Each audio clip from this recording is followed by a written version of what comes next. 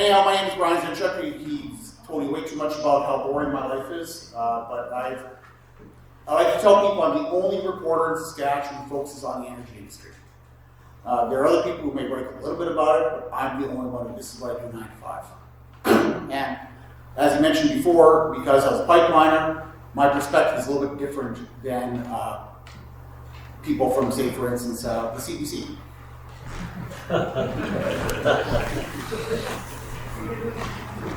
All right, so I'm going to wing this here. So one of the things you're going to be hearing a lot about is about wind and solar and everything. And first of all, I want to tell you that if someone shows up on your doorstep and writes you a great big check, don't be a fool and say, I don't want it, because you have to retire and everything else. So this is not about any one person or any one project, but this is, I'm looking at stuff from a broader perspective, okay? So anyhow, we here in Estevan, we are the energy city. We have been dealing with energy basically since all of us have been in the cradle. I moved here 15 years ago, and one thing I will tell you is that I'm not going anywhere. So in media, you often have people move in, move out, other than Dave. Dave's here forever.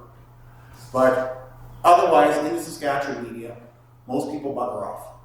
That's all people for CBC, CTV. Unless you're Wayne Mantika, they all leave. I'm not. Trust me, again, a different perspective. So when I launched Pipeline Online, what happened was that COVID came and took my job with Pipeline News for 12 years. So I launched my own thing. And I figured, okay, I'm going to be writing about oil, gas, about pipelines, pump jacks, and drilling rigs. Well, guess what? This little thing called an energy transition came in, and I'm finding that it's dominating my days. There's a lot of things happening that are affecting everyone in this room and everyone in our society. So, yes, while I still am writing about drill rigs and stuff like that, I'm finding I'm increasingly writing about wind and solar and whatnot. So, I was asked a few weeks ago by Ken McDonald from Saskatchewan Farmland Security Board to talk about wind and solar, which at the presentation it's not working. But some of the things I talked about is exactly what Jason was talking about. We are on the path that Alberta has gone down. So I first really started paying attention to this at Christmas time a year and a half ago. So I'm sitting in my mom's place, I got to figure out something to put on my website. And I saw that it was going to be the coldest day of the year. And for some reason I looked up the Alberta electrical grid. I discovered a website called the Alberta Electric System Operator, which provides minute-by-minute data of every single generating unit in the entire province. So if there's a coal plant that has 2 units, it says how much this unit is producing, how much that unit is producing, how much the Traverse solar panels are producing, how much Vulcan is, Clare Home, all those. The whole province, minute by minute. And at that time, Sask Power was putting up one number for the whole province. So I made a point of, every single time I wrote a story about this, pointing out that Sask Power doesn't provide any of this data. Well, enough MLAs read that by September 21st, Sask Power put a page on there saying, oh, this is where your power comes from. But because we are a closed market, unlike Alberta, which is an open market, Sask Power does not want to give out its proprietary information, so therefore they delay that information by a day. They don't give it out minute by minute, they give it out all of our wind for 1 day, averaged over 24 hours. All of our solar for 1 day, over 24 hours, all of our coal. So it's about 1/100th the information data that Alberta gives out, but it's a start. And it also is proof that if you bitch enough, you actually can get some progress in this. So I spend a lot of time writing about Alberta because, as I said, we're going down this path. So the day I first started doing this was December 31st of 21. And at that time, Alberta had about 2,700 megawatts of wind and about 600-700 megawatts of solar. Those numbers are now 3,618 megawatts of wind and just under 1,200 megawatts of solar. So January 1st of 2022, the amount Alberta had built is the amount Saskatchewan wants to have built by 2035. Sask Power has said they intend on building 3,000 megawatts of wind and solar by 2035. We currently have 617 megawatts of grid scale wind, and we have 30 megawatts of grid scale solar. So if you got a farmer who's got some wind solar panels, that doesn't count in the equation. That's minor. So I'm talking the big stuff, like this thing you have southwest of Wayward, the thing you have east of Regina, and I'm talking the big wind turbines. All right, so on that night, it's the coldest night of the year, I'm looking at this, and Alberta had 2,700 megawatts of wind. It was minus 32 across the entire province. They had temperature warnings from Environment Canada covering everything from Fort McMurray to Taber. And out of that 2,700 megawatts of wind, I'm watching the numbers, and they're going down, down. Around midnight, 3 megawatts of power. 3. Got quiet here all of a sudden, didn't it? Now, then I figured, oh my God, this is a big deal, because the environmentalists, the federal government, everyone's telling us we have to build wind, we have to build solar. They are our salvation. Well, and guess what? It was night, so solar produced 0, because the Earth has not stopped spinning yet. It might be flat, but it's still spinning. Okay, so I started following this on a semi-regular basis, and it got to the point where any time I have some spare time, I take a look at my phone, my computer, and I've written this same story no less than 16 times in 16 months. And it turns out that pretty much any month of the year, at any given time, you will have wind for at an irregular time, for an irregular length of time, go to effectively 0. 13 megawatts, 7 megawatts last week, 6 megawatts 2 days ago, out of 3,618 megawatts. So everyone keeps saying, well, I mean, there was a story just in the National Post yesterday. There was a Liberal MP who had just crossed over from the Green Party saying, well, Trudeau says, well, you know, we should be building more nukes, and I'll get to that in a bit. And she's like, well, you know, wind and solar are proven. They're proven not to work. That's the reality. And everyone says, oh, but they're so wonderful. Here is the fundamental thing. It's not when things work that's a problem. It's when they don't work. It's when you have 4 flat tires on your car. It's when the bridge falls down. My last slide on there was a picture of a bridge near Hyas, Saskatchewan. I grew up on a farm near Hyas. And you might have heard a few years ago, the only time Hyas ever made the news was that the RM of Clayton built a bridge, and the day it opened, it fell down into the river. Remember that? So that is what wind has done in the last 2 weeks, twice in Alberta. The entire array of all those turbines I talked about that cover an area larger than Belgium, Luxembourg, and Holland, they all stop at the same time. Hundreds of turbines costing multiple billions of dollars, and they all go to 0. Now, the interesting thing about Alberta being an open grid is that the price is a reflection of supply and demand. When the supply goes to like this, and usually the wind drops when the sun is down, so you lose your 1,200 megawatts of wind, solar, a grid that has about 17,000 megawatts of capacity, all of a sudden is really short. And the price of, the pool price, that's basically the blanket price, think of West Texas Intermediate for oil, okay? That price changes minute by minute in Alberta. So when the wind's blowing, the sun's going, everyone says it's cheap power. And power goes long at $45, $65, $75 a megawatt. But when the wind drops, it goes to $700, $800, $999. They set an artificial limit when they created this, saying $1,000 is the most it's ever going to be. It's obviously it's an artificial limit because they're like, well, we're going to put it something. Well, I guarantee if they put it to 2,000, that number will get 2,000. I've seen it more times than I can count that the cost of power in Alberta goes to $1,000 per megawatt.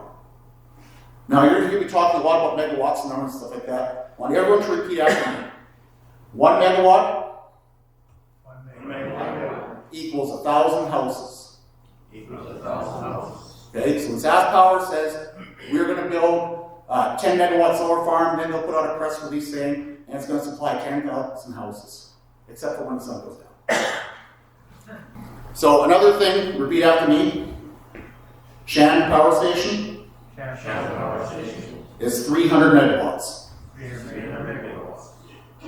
Okay, Boundary Dam Power Station Used to be 11,000. used to be what? 1,100. Used to be 1,100. Okay? So, here's the things, and I've been thinking about this a lot in recent weeks, is that what's been driving me writing about all this are a couple things. One, my wife is an ER nurse. If you broke someone on your farm yesterday, you would have seen her. There's a 1 in 4 chance you'll see her on any given day. I don't want her to be doing CPR on you, or your wife, or your grandma, and have the power go out. And you might think, well, what are you talking about, Brian? Well, Alberta has successfully shut down almost its entire coal fleet. Now, Alberta has more coal, more natural gas, and more oil than God, because God took all that he had and gave it to Alberta. If you look at the map of coal reserves, they start in Edmonton and they end at Fort McLeod. Everything southwest of Edmonton, you can dig deep enough and you'll find coal. Go down to Hannah, you'll find coal. And Motley came along and said, it's the end of the world coming, so you should shut down coal because of its emissions. The cheap coal we've been using all the time. Remember when gas was expensive, so Alberta's government actually told power producers, burn coal instead of gas, because gas is what we export for revenue, and we'll burn the coal because it's cheap. Well, they said, we're going to shut down the coal. And then the coal power plant said, whoa, hold on, we're going to have stranded assets. You ever hear that about Estevan here? Stranded assets for Shannon? We're going to have stranded assets. So the Alberta government under Motley says, well, we'll give you some money to help you with that. So they all said, oh yeah, let's take the money right now. So they did, and they dramatically shifted all their coal plants, most of them, they either shut them down or they switched to natural gas.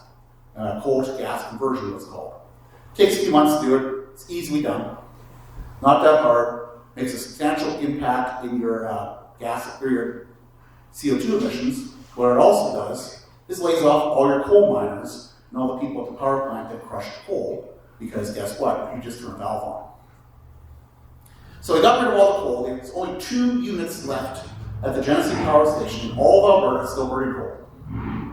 And the other day, when wind dropped to nothing, that one station with 2 units was producing 135 times the output of the entire wind fleet of the entire province of Alberta. Not 1 times, not 10 times, 135 times what all of that wind that Jason and all of his neighbors have. Everything from Boyne to Fort McLeod, all of it. One plant was putting out 135 times that.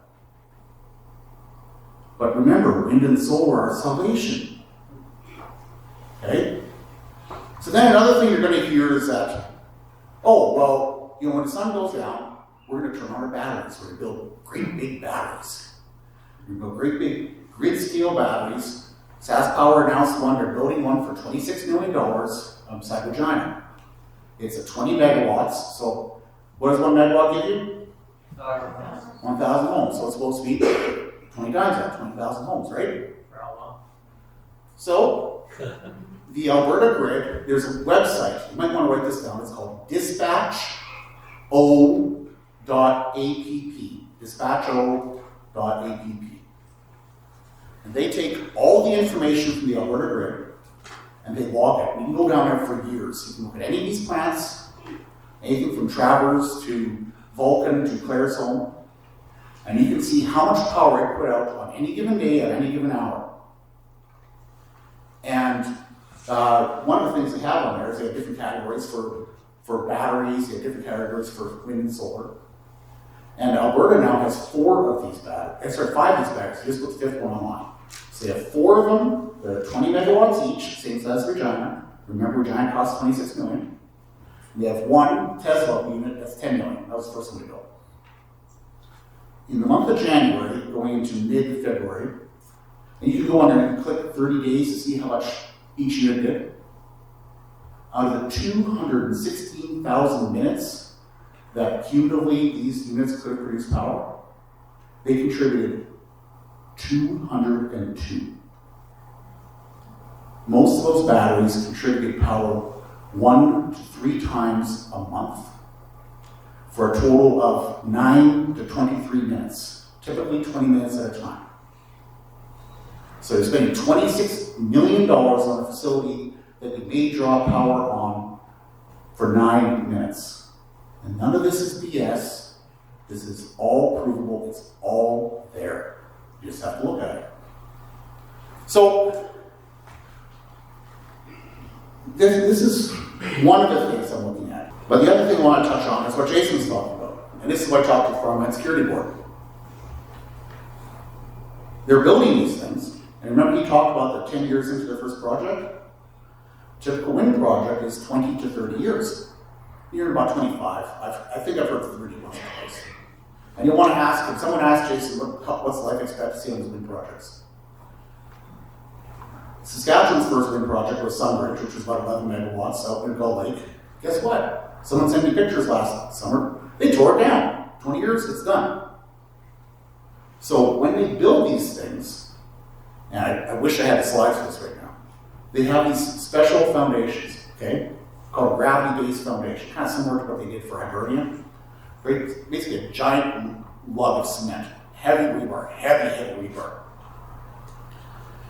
Do you know what they built in almost identical method, or they did build back in the 60s? The same shape, same size? Anyone drive towards Lignite or Minot and see all the nuclear missile silos? So the lids of nuclear missile silos, 110 tons. Built almost identical to how they're building these things, except they're sinking them into the ground, okay? That lid for nuclear missile silo is supposed to be able to take a 4 megaton hit, which is enough to wipe Winnipeg off the map, from half a mile away and still survive. So when they build these things on your farm, are they going to remove them? How are they going to remove them? Are you going to ask them, what are you going to do at 25 years? How many people here are farmers? Hands up. How many are multi-generational farms? Any century farms? Okay? When your kids, or you sign a lease on this next week and they build a wind turbine, will your kids or grandkids have to deal with this thing that's 400 tons in the ground, sticking out of the ground? I mean, when I was a kid, my grandfather jumped into his Ford truck, put a reverse, backed up, and wham! Hit a power pole in the middle of the field. Got out of the truck and said, that goddamn CCF put that power pole in the middle of my field. And that was put there in the 50s, and that happened in 99. Okay? They put these in your field. You will have them forever. And maybe you're looking at drawing a pension soon, but maybe your grandkids aren't. So you gotta think about that. Now let's talk about solar. Okay? Jason, what did you say? 1.3 million solar panels? How many screw piles? 650,000? Pardon? 650,000. Okay? So I was talking to Davin Amel, who's runs Dart Services here, made a good business doing foundations. And I said, so how hard is it to take a foundation? Take a driven pile out or take a screw pile out? He said, it's basically the same effort to take them in or out, but if they cement them, you're screwed. So remember that if you're talking to any solar facilities, because how are they going to remove it? Remember it's 2018, a little thing called White Combine came and visited the farms south of Estevan here. How big was the hail? Anyone tell me? Season mounted against it, what, 2 inches? Yeah. Okay? 1986, my dad's farm was hit by the white combine and he didn't have hail insurance. He was poor for the rest of his life. It basically wiped him out. Since I moved here 15 years ago, I have picked up and taken pictures of 2D-sized hail in my front yard 3 times. So that hail that hit us in 2018 was strong enough to damage Boundary Dam Power Station, and one of the few times the power station has gone down. If it can take that out and it's wiped out a good chunk of your farms, what happens to a solar plant, any solar plant, anywhere, whether it's the one they're proposing now or whatever? Can anyone here show me one piece of land in Saskatchewan that you can guarantee in 25 years will not be hit by 2D or larger hail? Anyone? Hands up? So the question I put forward to the Farmland Security Board is that what happens if that hits and then the company is underinsured or just declares what's called force majeure, which is a thing in law says, God did it, we can't keep this out of our hands, and they walk away. Who is stuck with that? Okay? These are the questions I would be asking before signing anything with any of these things. Now, I've spent the last 15 years worrying about oil and gas. Oil and gas has, in the past, earned a bad reputation for cleanup for some things, especially smaller operators. They went out of business, they should unplug their fax machine, walk away, and we ended up with orphan wells, which is a black stain on the community, black stain on the industry. It's a horrible thing. And if you're a farmer stuck with this, not very happy about it, all right. What happens if we have 7 quarters of land covered in solar panels and they walk away? Or a quarter section, or whatever it is. What happens if they walk away from the wind turbine that's sitting there, or it got struck by lightning, the thing falls off, and say, oh, we're just going to leave it there. Okay? So what happened with oil and gas, it started in Alberta, and Saskatchewan adopted this, is they brought in I can't remember the name of the program, it's basically a liability ratio. And they look at the total value of their assets, and they say, if we had to sell this at liquidation, if we sold everything, could we get enough money to clean up the whole site? Clean up the batteries, clean up the wells, man, the full lines, stuff like that. And if the value is not above 0, then you have to pay the difference into a fund. It's basically like a bond. And it's called the LOR. If your LOR ratio is a certain thing, then you have to pay into it. There's a major deal that went through in Saskatchewan recently, and I can't say which, but I was told that they have to pay, for the province to allow a deal to go ahead, they have to pay $53 million before the province will allow a deal to happen. So my suggestion, both to the RM and to the Farmland Security Board, is that maybe there should be a program before these things are built that a bond of some form is paid into it such that you, the landowner, are not left holding the bag, or your grandkids. So, we know wind doesn't work at any given time, at any given day. Usually it doesn't work when we need it the most when it's cold. When it's cold and it's dark. We can't pull from solar.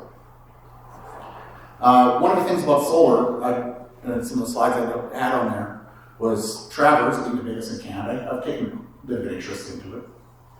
And on a good day, when it's sunny, the power comes up in linear fashion, goes perfectly across at exactly what the nameplate is. Nameplate is, we say it can produce it, and it actually does produce 465 megawatts. And then comes down, and that's a good day. Except that when it's cloudy, instead of coming up to 465 megawatts, it will come up to 300 or 200, and go like this. Or, what's worse, is that it'll come up to 465, and I actually have a graph that's saved in my computer. One cloud flew over Travers, and that cloud dropped that power production from 465 down to 122 in 15 minutes. That's what Boundary Dam Power Station, how many megawatts? 300? Yeah, now. Or sorry, not Boundary, sorry, Shan Power Station, 300? That's like Shan tripping off, bang, like that. And then, the next 20 minutes later, came right back up. So if you are the grid operators and you're dealing with this, And cumulus clouds, you know, nice fluffy clouds, everyone likes some pictures and stuff. Man, it's like riding a bronc and buck, because that's what the grid's going to be dealing with. So, all of this adds up to, in Alberta, in November and December, because they got rid of most of their coal, the last coal plant will shut down before the end of this year. It'll be converted to natural gas. Because they got rid of the cheap coal, what happened is that the Alberta Electric System Operator, which controls the whole grid, 5 times in 3 weeks between November and December, put out something called a grid alert. Does anyone care to tell me what a grid alert is? That's where the people responsible for the power grid for the province put out a tweet saying, please, ma'am, do not use your electric skillet. Please do not turn on your dishwasher. They actually put out a picture of the dishwasher. Do not turn on your dishwasher because the grid will go down. How on earth, if God gave Alberta all these energy sources, how can you have 5 times in 3 weeks, twice in 24 hours, that grid in danger of going to rolling blackouts from turning on your dishwasher? And that's before everyone starts driving electric vehicles. So, the other thing that drives me about this, all this, why I stay up till 2 o'clock at night writing these things on a regular basis, is because we are taking what we know works. We know that coal has powered our society. It has provided light for hospitals and Legion halls and schools and homes and farms and the incubator for the chickens and the heat like you put over your calf when it's minus 30. It's done that for 80 years. We are taking all of that, what we know for certain has worked, and we're going for a pig in the poke and saying it's solar and wind are going to be the answer.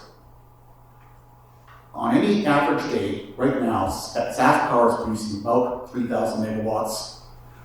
In January, it's about 3,200 megawatts. Most we've ever produced is 3,900 megawatts. SaskPower is intent on building 3,000 megawatts of wind and solar. Now, I've had another realization in recent days. And, a lot of people blame Trudeau. Who blames Trudeau for when, they stub their toe? I do. Okay? I've trained my kids to blame Trudeau for everything. But the reality is this. Trudeau said the other day, and I did a story about this, he said by 2035 we're all going to drive electric cars. Now, remember this, okay? So I've talked about watts. Let's talk about amps for a second. So if your house is built before 2000, you probably have 100 amps for the whole house. That is your TV, your dishwasher, your laundry, your dog's hair dryer, 100 amps maximum. Some are at 75 amps. Well, Ford released its electric F-150, and Chevy's releasing its electric vehicle too. Who here drives a truck? Who here drives a base model truck?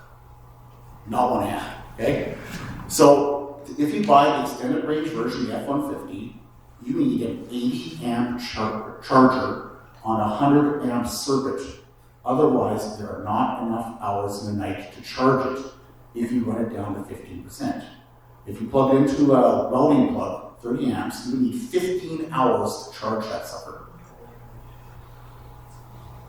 That means that every single electric pickup truck, there's about 300,000 in Saskatchewan, that Zinchuk sells and Power Dodge sells, SaskPower has to add the equivalent of a house.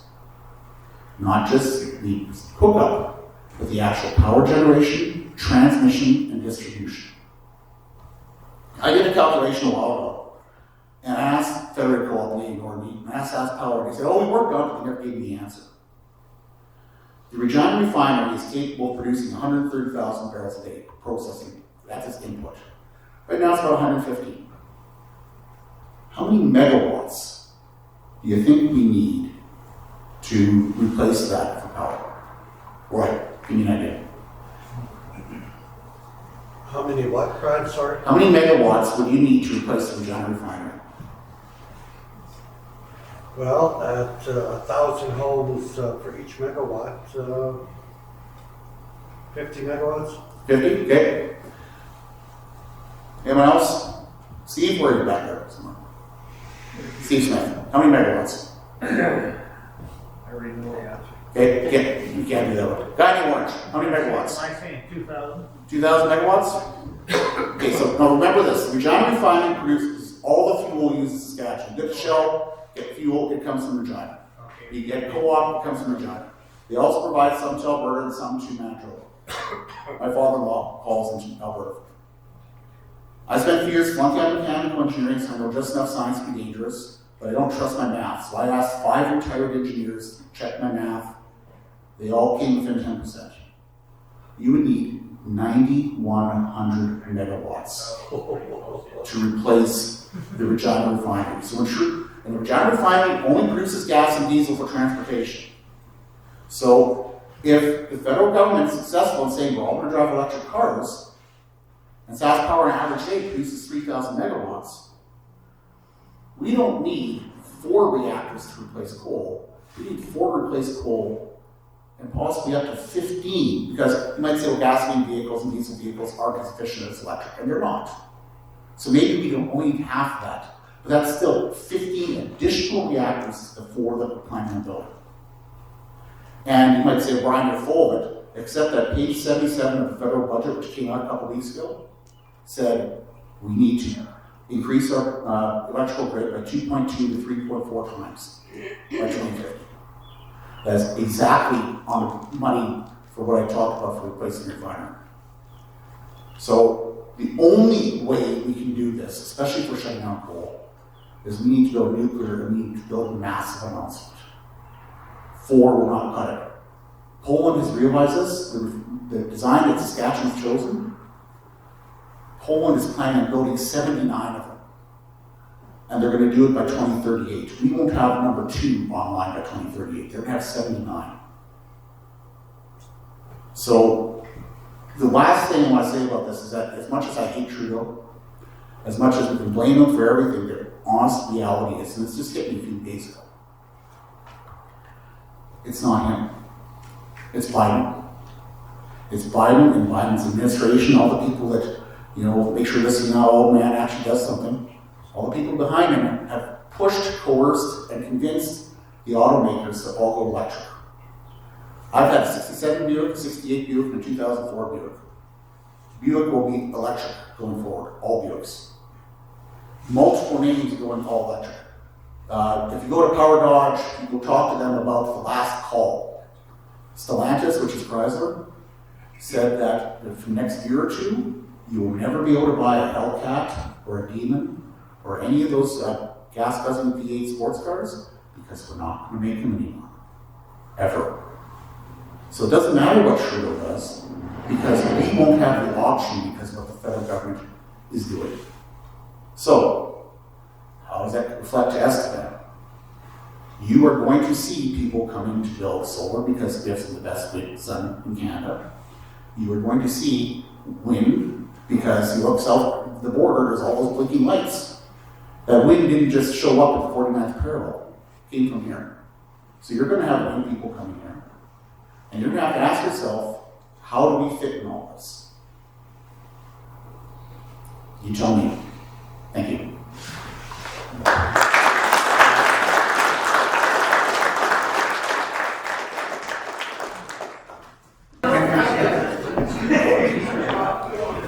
Okay, so we do have some questions here, so we are going to get to those, and we'll ask our presenters to answer them as best they can. If they can't, we'll still take these questions, any ones that we can't answer maybe, and try and find some answers for you too as well.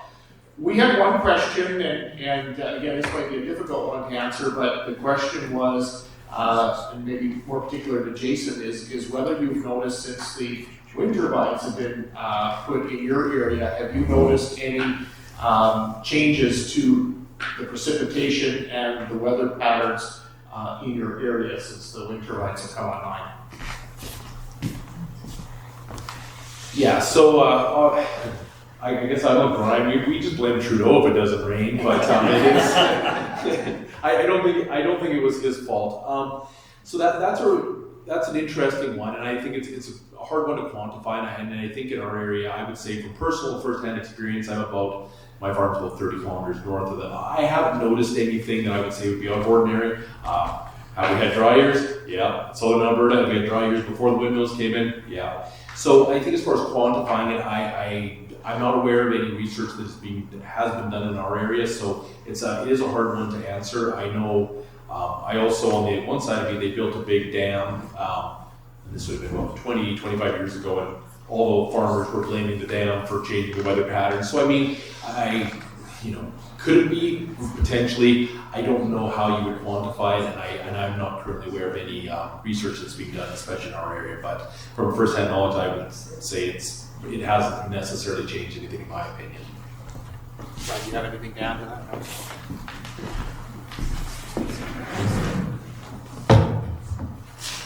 Okay, thanks for that, Jason. Okay, and we've got some questions here, some good ones here. You talked about the renewable energy credits there, and I guess someone had asked about just explaining them a little bit more in depth what they are and how they work, that type of thing. Sure. So there's definitely there's a few different names. I use renewable energy credits, carbon credits, carbon offsets. It's all interchangeable. It really depends on who's using. Who's using them. A lot of it comes down to something you'll hear a lot of times is the ESG, the environmental, social, and governance. Thank you. So that's where all these companies now are being, shareholders are wanting to make sure that they're being environmentally friendly and they've got good governance and they're being socially responsible. And so that's how a lot of these companies, are paying that price for polluting and buying these offsets as a result. And I mean it's a really hard one to kind of wrap your head around. And in the end, is it really making the planet a better place or anything? It's hard to say, but every major corporation is being asked to report on these ESGs, and these renewable offsets or carbon credits is a big part of how all these companies are justifying the impact that they're having or the carbon that they're producing. Okay. And this is a good question. I know there are some differences in how municipalities tax assets in Saskatchewan versus Alberta, but can you explain a little bit how solar and wind is taxed in Vulcan County? You mentioned in your presentation how it has certainly increased your revenue, but can you maybe just tell us a little bit about how that's taxed? Sure. So obviously, it might be a little bit different here in Saskatchewan. I'm not sure how they assess these, but our taxes are based on the assessed values. So it'll come close to what the project value is, but it's more of a replacement value. What would that project cost to replace? Very similar to oil and gas. A compressor. If the compressor costs $1 million, it might be assessed at $800,000. At a replacement value. Much like oil and gas, there's a depreciation schedule. So I mean, if the project's assessed at $500 million, it will depreciate over time. But what we've actually seen is just due to the increase in the cost of everything and inflation, actually the assessed value every year has gone up. And so it's really kind of offset that depreciation. But in Alberta, it's basically they give us an assessed value, and then as a municipality, we set our mill rate. And so your mill rate is your assessed value times your mill rate equals what you pay for taxes. So that's how it's calculated. Who sets the assessed value? So the province has designated industrial assessors. So they'll assess all oil and gas, railroad, pipelines, transmission lines. And renewables falls into that as well. So they basically. So that's in Alberta. That's Alberta, and so I'm sorry, I don't. South. Okay. Yeah. Do they do the same thing? Yeah. Oh, Okay. And I'll combine these couple of questions there. So in Vulcan, who is responsible for deciding what company builds a solar or wind project? And are the solar projects on land that's purchased, or do they typically lease the land from the landowner? Sure. No, that's a good one, and I I should have had that one in my presentation. I was writing down notes fiercely over the last week or so, and I missed that one. So the approval process in Alberta, it's the Alberta Utilities Commission, the AUC. They're the ones that make the approval. So ultimately, as a municipality and RM, we don't. It is decided at a provincial level. I know we do obviously get flack, probably everywhere would get flack is, the county just needs to say no. And in Alberta, the way it's set up is the county really doesn't get to say yes or no.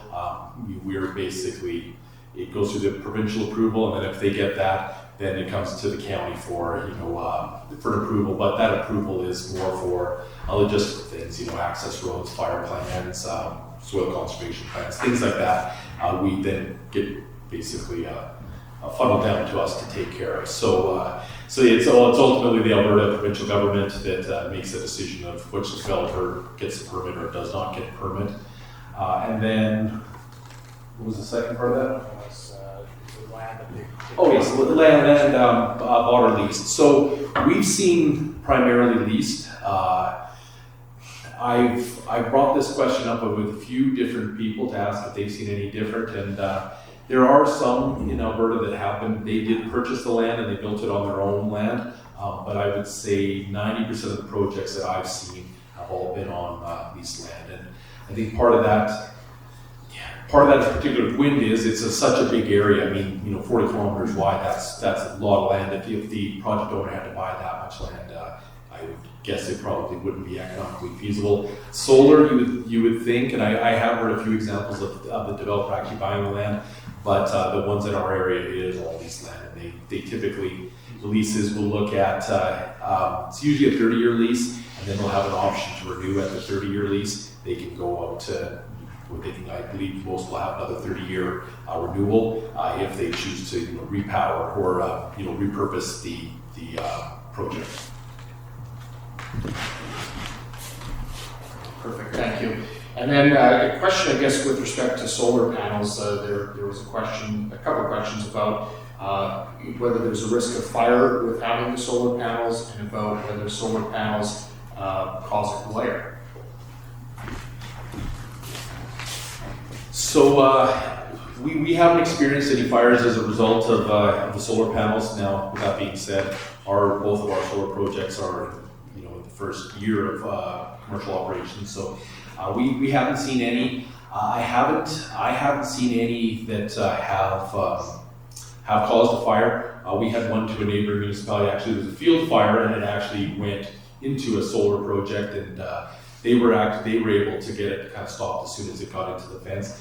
Usually what the ones in our area, part of their fire mitigation plan that they built with the county was they usually kind of have a bit of a fire break around the whole outside, as well as we did require them to have like a water reserve, so like a dugout, access to water, as well as on-site firefighting capabilities. So it was something we took into consideration.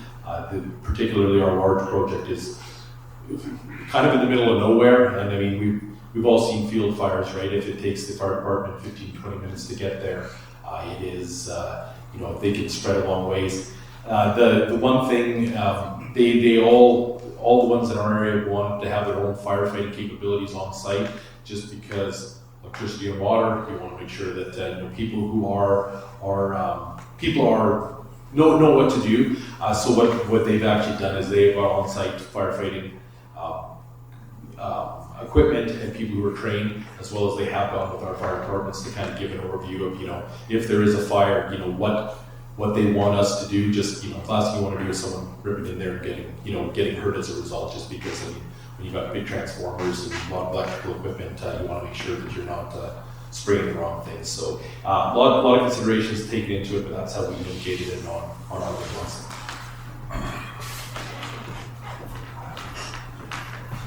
No questions for me?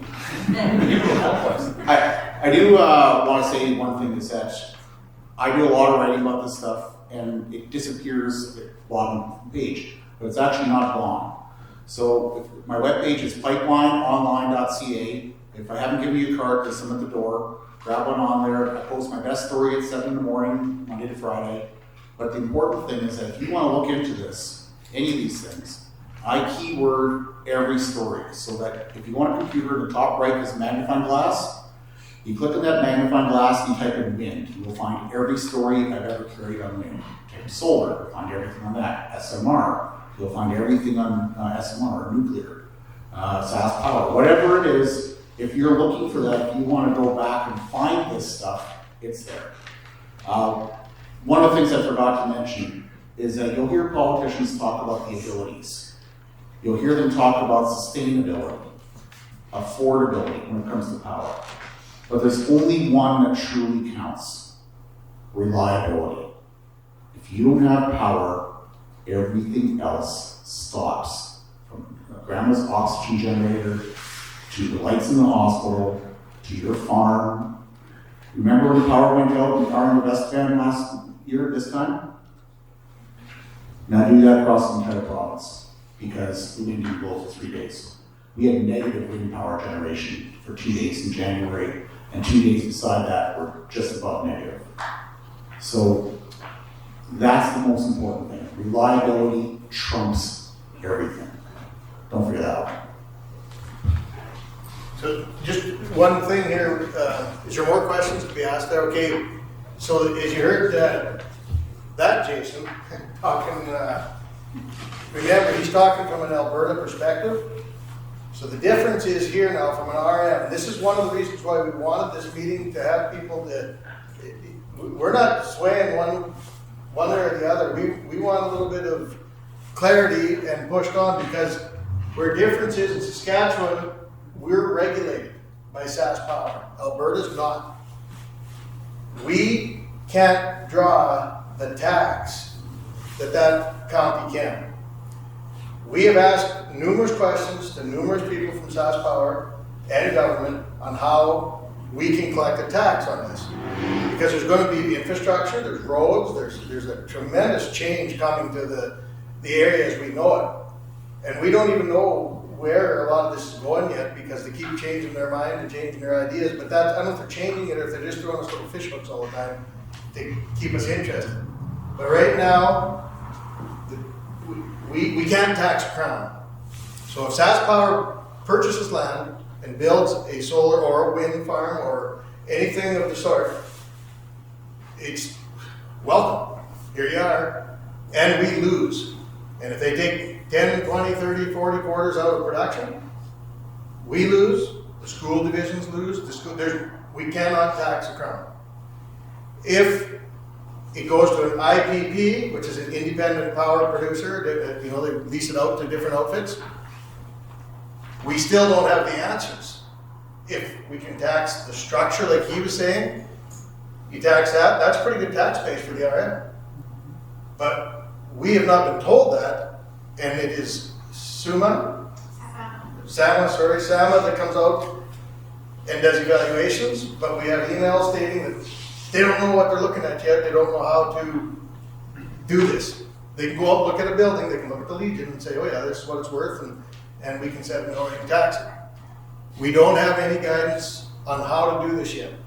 So if anybody has questions as to why you think the RM is being a little sticky here, we, as a group of 6 councillors and 1 reeve, are looking out for your best interests in trying to make sure you sign the right contracts, you ask the right questions, and we don't want to go ahead and then have eventually where we don't have any tax coming in, and then they talk about forced amalgamation of RMs. This is a very good way to do it. Because if we don't have an income, we're looking through the urban centers for some sort of an income, and it's a big problem. So right now we're trying to fight to get a clear path, know what we're talking about, and that's why we wanted this meeting. So turn it back over to James, but for myself, I just want to thank you guys for coming out tonight. We were hoping for a full house. We advertised them, we put them on, but everybody here is a lot smarter than the guy that isn't, because you learned a lot tonight. So go ahead. Okay.